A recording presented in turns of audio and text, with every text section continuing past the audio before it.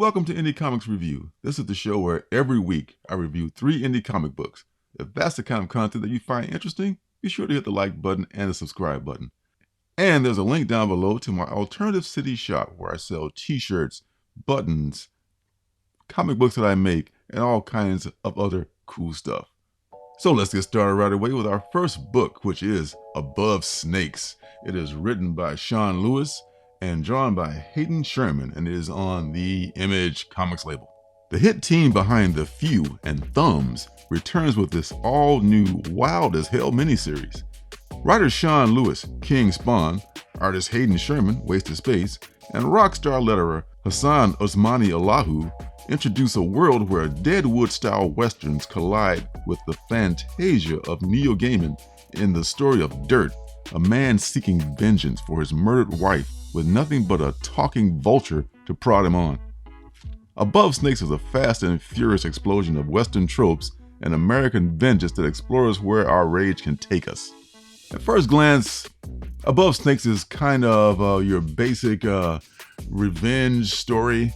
The setting of the Western and the talking vulture do add some different elements to that kind of a genre, I should say. The talking vulture kind of reminds me of the talking axe in Barbaric, because the vulture has this like lust for blood, much like Barbaric's axe does. And I'm not quite sure if the vulture is part of Dirt's imagination or if it's a supernatural being, or who knows. Now, the trip to town, Dirt finds himself just laying, for some reason, just on his back in the middle of the desert at the beginning of the story. The vulture prods him on to get up and get off his ass and take revenge so he can get some blood and some bloodlust taken care of. He runs into this woman who's like burning wood in the middle of the desert for some reason. And she tells him, hey, you know, this guy he's looking for is in town. And he's taken so many young girls, including her daughter, and just put them in this life as sex workers in the local saloons. So Dirt, motivated by this, heads into town and just commences to start kicking ass and taking names in the typical mode of your Clint Eastwood Western or any other type of Western type of trope. Vengeance is soon exacted, and we find out an interesting little twist at the end that is pretty clever. But overall, I would say above tropes. It may be above tropes, but Above Snakes is. I love the art of Hayden Christensen, or did I say Hayden Christensen? I love the art of Hayden Sherman. Hayden Sherman really makes this book look really unique. I like this. I like his style. He's in another book that I'm reviewing this week as well. Sean Lewis's writing is pretty clever as well. It's a bit of a cliche, a little bit predictable as far as that goes. But I will definitely give it another look, because this story was pretty self-contained. This first book, so it's not a cliffhanger at all. But I like to see what it does after this revenge has been exacted. What else is coming after that in issue 2? This is one of those books where issue 2 to me will determine whether or not I end up subbing to it. Not sure if it's an ongoing or a limited series, but it's definitely hinging on issue 2 as to whether I continue to pick this story up. But the first issue was it didn't disappoint, and I think it's worth the $3.99 if you picked it up. You won't be disappointed if you like these kind of genre mixing kind of comic books. So yeah, I'll give it a favorable review this time, but the number 2 is going to determine whether or not I stick around. The next book is Blink, number 1. It's written by Christopher Sabella and drawn also by Hayden Sherman, and it is on Oni Press Comics label. Ren Booker was 3 when she was found catatonic and covered in blood in the streets of New York City. Since that day, she's been haunted by a childhood she can't remember. After a decade of searching, Ren stumbles upon a cryptic website streaming multiple CCTV feeds from strange rooms in a ruined building, and something clicks, setting off hidden memories that lead her back to a place she's seen in lifelong nightmares. Hunting for answers, Ren breaks into the building, but instead finds herself entangled in the camera-filled dark mazes of a decayed social experiment known only as Blink. So this character, Ren, she has been just living a torturous life of never-ending nightmares and PTSD from the time she spent in this place that she really can't remember. She only has flashes of the place.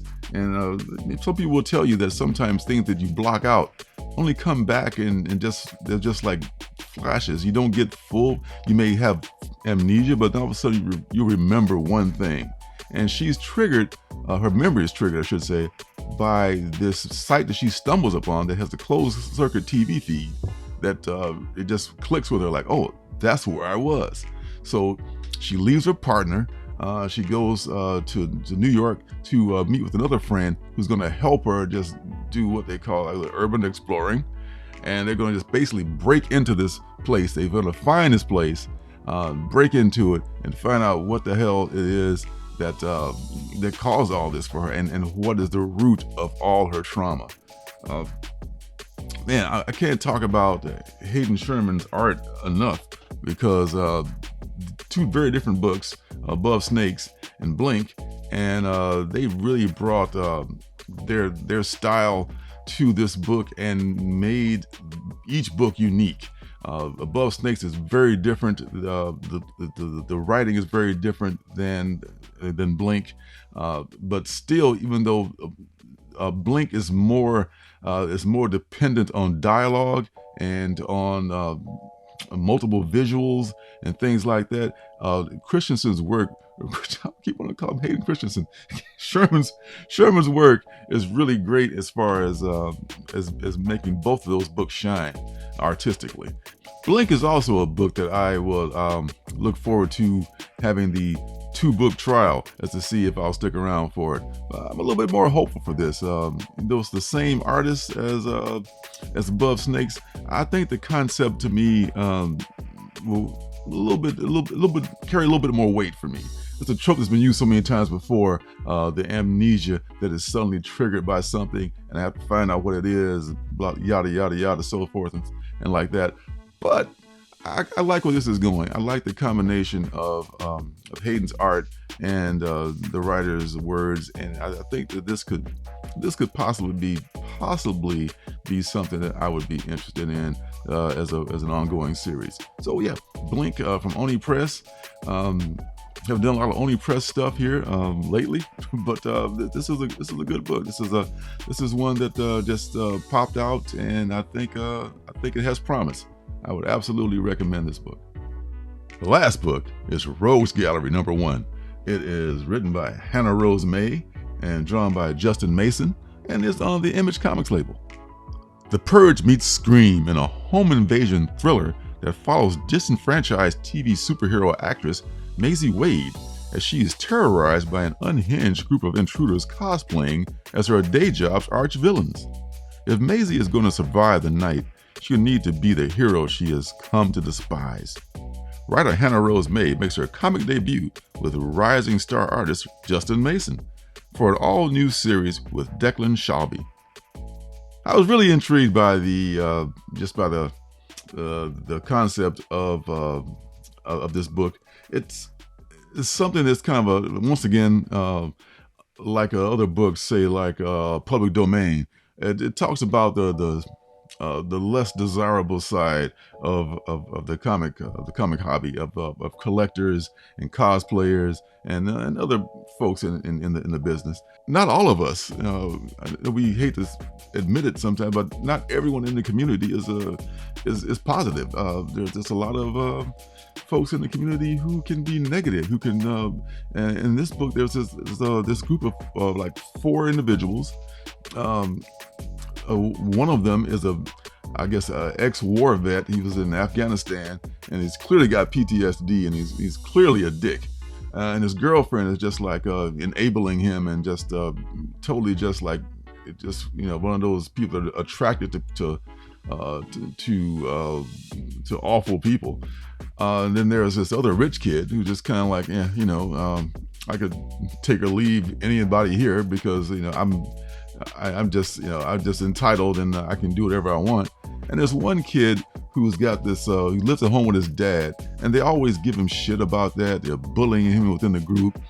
See, I've seen this firsthand, so I know that this is a real thing.